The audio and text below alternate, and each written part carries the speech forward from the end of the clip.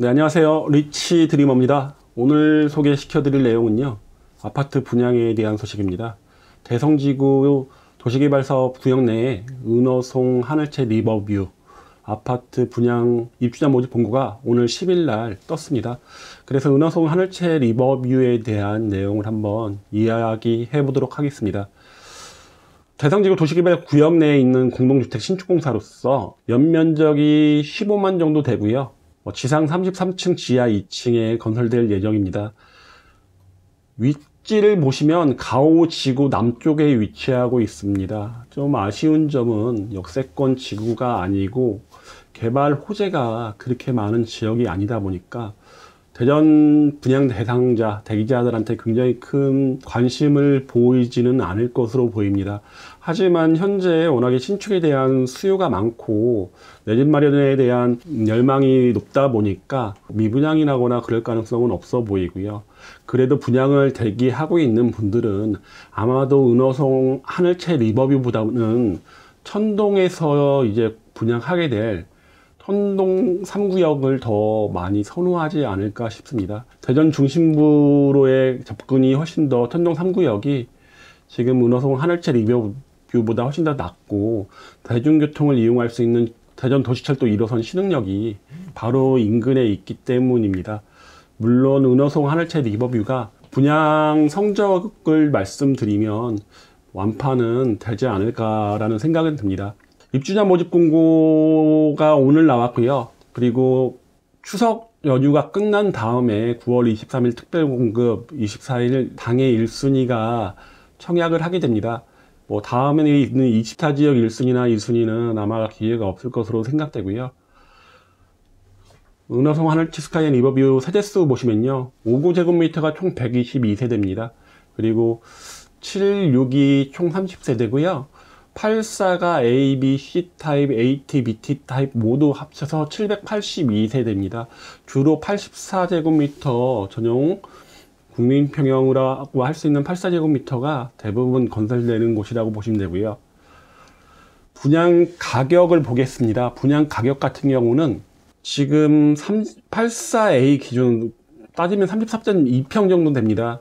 5에서 최상층까지 4억 900만원 나왔습니다. 요 은어송 하늘채 스카이엔이 다른 데에 비해서 조금 더 나은 점을 말씀드리면 이전까지 대전에서 분양했던 다른 지역들 보시면 대부분 10층 이상을 또 한번 분류해서 조금 더 높은 가격을 했는데 이거에 비해서 지금 은어송 하늘채 리버뷰 같은 경우는 5층부터 최상층까지의 가격은 이제 똑같이 만들었습니다.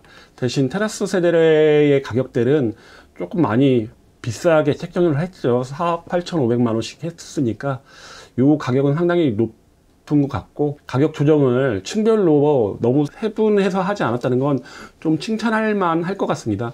84A형 5층 이상 평당 가격으로 보시면 1230만원입니다. 2021년 분양했던 모든 곳들을 한번 보시면요. 잘 안 보이니까 제가 좀 화면에서 사라지겠습니다. 한신 더휴 리저브가 대전 2021년 가장 먼저 했죠. 84A가 20층 이상이 1300만원이었고 대덕 브라운스톤 84A는 20층 이상으로 1100만원, 목동 해무르 84A가 20층 이상 1400만원으로 올해 분양했던 아파트 중에는 가장 고가였습니다. 그리고 대전역 테라스 어썸브리지 같은 경우가 10층 이상 1100만원 정도로 올해 분양했던 것 중에 가장 낮았고요. 그리고 목동 모아일가가 1300만원, 동일 스위트. 요거 동일 스위트 같은 경우는 임대를 가장한 분양이었죠. 임대를 가장한 분양했던 동일 스위트 같은 경우는 84A 31층 이상은 1300만원입니다. 그러니까 지금 은어송 하늘채 리버뷰보다도 훨씬 더 비싼 1000만원 이상 비싼 가격으로 분양을 했는데 청약을 할 수 있는 사람이 19세 이상 대전 1년 거주 이상 했던 분이면 누구나 들어왔기 때문에 투자로 굉장히 많이 와서 400대 1이 넘는 경쟁률을 보였죠. 그거에 비해서 지금은 1200만원이면 그렇게 나쁜 가격은 아닐 수 있을 것처럼 보이긴 하는데 실질적으로 입지의 한계로 인해서 조금 개인적인 생각에 높은 가격이 아닐까라는 생각이 듭니다. 인근 지역 아파트 가격과 비교해도 물론 인근 지역에 있는 아파트 가격이 여기보다는 조금 오래됐겠죠. 그래도 그거하고 비교해도 분양가가 더 높습니다. 그런 점에서는 좀 너무 높은 가격이 아닌가라는 생각이 들고요. 동 배치도 보시면요. 요게 이제 정북 방향으로 이렇게 해놨습니다. 이렇게 분양 대상자들 이렇게 지도를 항상 모양을 이렇게 해놓는데, 저희가 뭐 주로 많이 대하는 카카오맵이라든가 네이버 지도 보면 항상 북쪽이 위쪽으로 향하고 있다 보니까 그렇게 보기 쉽게 해놓으면 좀 좋을 것 같은데, 좀 답답하게 이렇게 프린팅이 되는 것 같습니다.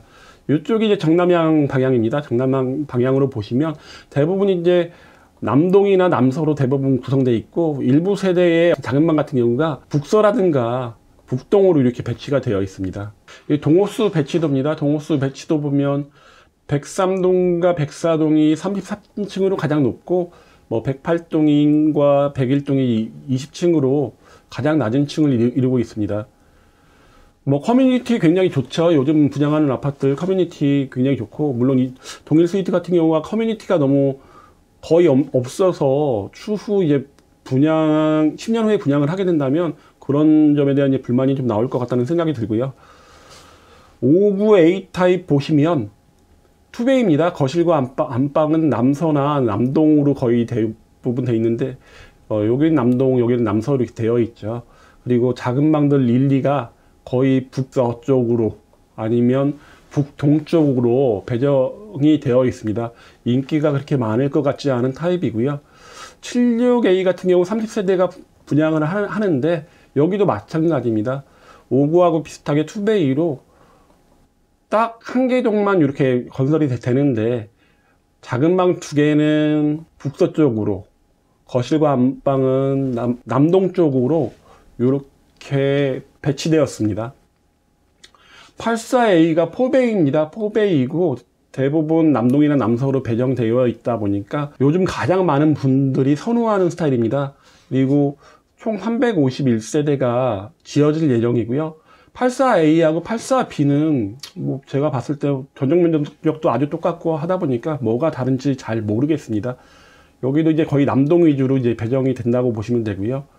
84C가 216세대 투베이입니다. 한 동에 이제 가운데 정점에 이렇게 배정이 되는 거고요. 대부분 거실이 남동이면 작은 방 2개는 남서로, 거꾸로 거실이 남서면 작은 방 2개는 남동으로 이렇게 배정되는 스타일입니다. 은하성 하늘채 리버뷰 입지 한번 보겠습니다. 우선 아까 말씀드린 것처럼 역세권이라든가 개발 호재가 굉장히 많은 지역은 아닙니다. 가오동에 있는 일반적으로 생활 편의 시설이라든가 이런 것들을 이용하기는 불편함이 없어 보이고요. 초등학교도 굉장히 가깝습니다. 은하성초로 배정이 될 예정인데 굉장히 가깝게 위치하고 있습니다. 은하성 중학교도 굉장히 가깝게 위치하고 있다 보니까 초중은 상당히 좋은 위치에 자리 잡고 있습니다.